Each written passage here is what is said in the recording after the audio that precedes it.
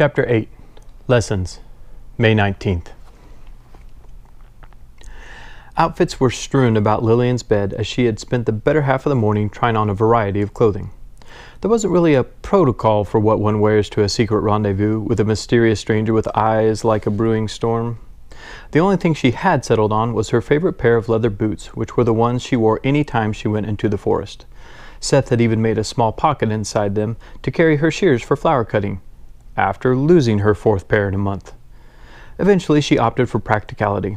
She wanted Alexander to believe she was taking this seriously and didn't want to convey royalty. He didn't seem caught up in such matters, and she wanted to keep it that way. As Lillian walked to the bridge to meet Alexander, she couldn't get the image of him reaching out for her from the mirror out of her head. She barely knew him, but didn't get a negative vibe from him. Her intuition was something she had inherited from her father. The king had an uncanny feel for people, which was partly why he was such a good king. He had made some of his better advisors look foolish more than once. Not on purpose, but they had allowed certain trusted individuals to have an audience with the king, only to have them rechecked and searched by order of His Majesty. He had probably thwarted more assassination attempts on his own life than his guard detail had. A poison vial, a hidden dagger, a secret pouch of powder, all meant to end the king's life by those still loyal to Zoldain, but none ever got the chance. Lillian could understand why her dad was so furious about the castle incident. He was partly mad at the rogue's audacity, but he was angry with his family being put in danger and him feeling helpless. This was another reason why he was so forceful with any rogue agent the guards managed to capture. Of course, the Volante kingdom was not alone in its seemingly ongoing battle with a beaten regime. Both Tepera and Caldera had had their share of run-ins with these self-proclaimed vigilantes. Lillian's task at hand returned when she caught a whiff of thackleberry bread. As she broke through the clearing that opened up to the bridge, she saw Alexander on the ground with a few other delicacies, and whatever disturbing images lingered in her mind melted away when he smiled at her. "I didn't realize we were having a picnic," she said, smiling back. "Otherwise, I would have brought something." "I really didn't plan it, but I thought it would be a nice surprise." He gestured for her to sit next to him. "Plus, believe it or not, archery takes up more energy than you'd expect." She sat down next to him, breathing in the scents of cheese, bread, and fruit. Alexander also had a pleasant scent to him, fresh air and some warm skin. "Here," he said, handing her a piece of thackleberry bread with some cheese. "I found that Frivoli cheese really complements the flavor." "Frivoli cheese?" She looked confused. "But you can only get that from the Tepera kingdom." She took a bite. "Delicious." "And it's still fresh. How'd you manage that?" "I have a few secrets still left to keep, Princess." He winked at her and took a bite of bread and cheese. "Please, call me Lillian. My friends call me Lillian." "Well, Lillian, are you ready for your first lesson?" She popped the last bite in her mouth. "Mm-hmm. You do realize that I'm not completely incompetent when it comes to this, right? I mean, I'm by no means close to your skill, of course. I imagine not many are. But I'm not too bad." "Well, that's what we're going to find out. Come on." Alexander stood up and offered a hand to help her up. Handsome Ampolite. Oh my. They walked for a minute or so until they came upon Alexander's bow and arrows. About 10 paces away, Lillian could see a target he had set up on a tree. "Okay. First lesson to learn is anybody can shoot how I shoot." Lillian gave him an incredulous look. "I can tell you're a modest type of person, but let me assure you, there are maybe 5 people on the entire continent of Azura who can shoot like you." "Right now? Yes, but I'm hoping to add 1 more to that number." He nodded to her. "I realize that's hard to believe without thinking about years of practice, but I've found that archery is more about how it feels and flows through you versus the technical aspect. Don't get me wrong, practicing and form are important, but when you relax and visualize hitting the target versus thinking about what you have to do to hit it, the arrow tends to always find its mark." "So the other day, when you shot that arrow inches from my head, you weren't thinking about it? You just felt it?" Yeah, for the most part." "You could have killed me. Are you crazy? That arrow was this close to my head." She held her fingers barely apart. "I felt the breeze pass my face." She couldn't believe it and slapped his arm. "Ow! Sorry. And it wasn't that close. But the truth is I saved your life, and had I actually had time to think about it, you would have taken a one-way trip down the gorge. Lillian wasn't really mad because she knew he was right. With the way the wind was blowing, she wouldn't have made it. Well, I guess you did help out a little. He smiled back. Thank you for allowing me to assist you. She headed over to his bow.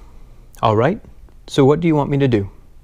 Truth be told, she wasn't quite as skilled as she let on and was a little nervous about embarrassing herself. Being royalty, she didn't get put in too many positions where she lacked confidence about a task or people would have to do it for her. Just hit the target. I'll step back and watch her form, and we'll go from there. Sounds easy enough. She picked up his bow and knocked an arrow. She noticed his bow was surprisingly light. I wonder what type of wood this is. She pulled back what she could, but his bow was tighter than she was used to. She checked her target, then released. Flurb! The arrow flew far enough, but landed past the right side of the tree. She could feel her face redden. She didn't even turn to look at Alexander what his face said. She just got another arrow and adjusted accordingly. By the fairies! This time to the left. Lillian quickly grabbed another arrow, determined not to miss all three. Thunk! Well, at least this time I hit the tree. I promise I'm better than this, she proclaimed. Don't worry about it. I've kind of put you on the spot. First of all, this isn't your bow. An archer's bow is like another appendage. Secondly, you're nervous, which is understandable, but that's what I'm trying to get rid of. If you don't think about it, you don't have time to be nervous. He walked over to some supplies and pulled out another bow. Let's try this one. Lillian recognized this wood, a type of yew that was common in her kingdom. It was a little smaller and definitely easier to pull back. Thunk! Yes! This time she hit the target. See? But I can tell you're still thinking too much about the shot. She was visibly frustrated. Okay, then what do I do, Mr. Archer? He chuckled. My friends call me Alexander. She smiled and relaxed a little. And this still isn't your bow you're used to at all, which makes a big difference, and we'll take care of that later. But most importantly, just breathe and relax. It's just us. That doesn't help.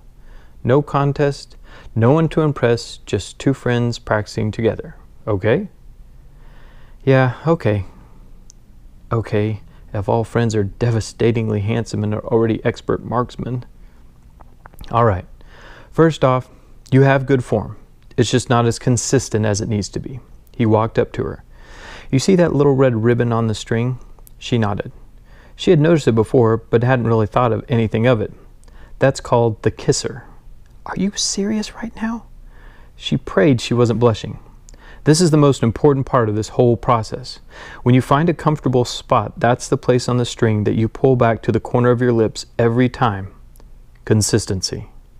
So what I want you to do now is just fire off several arrows in a row as fast as you can. Don't worry about the target. Your target right now is speed. Okay. She didn't really understand. Just trust me. She did as he asked. A few hit the target, but most went around. Why is he just standing there like a judgmental parent?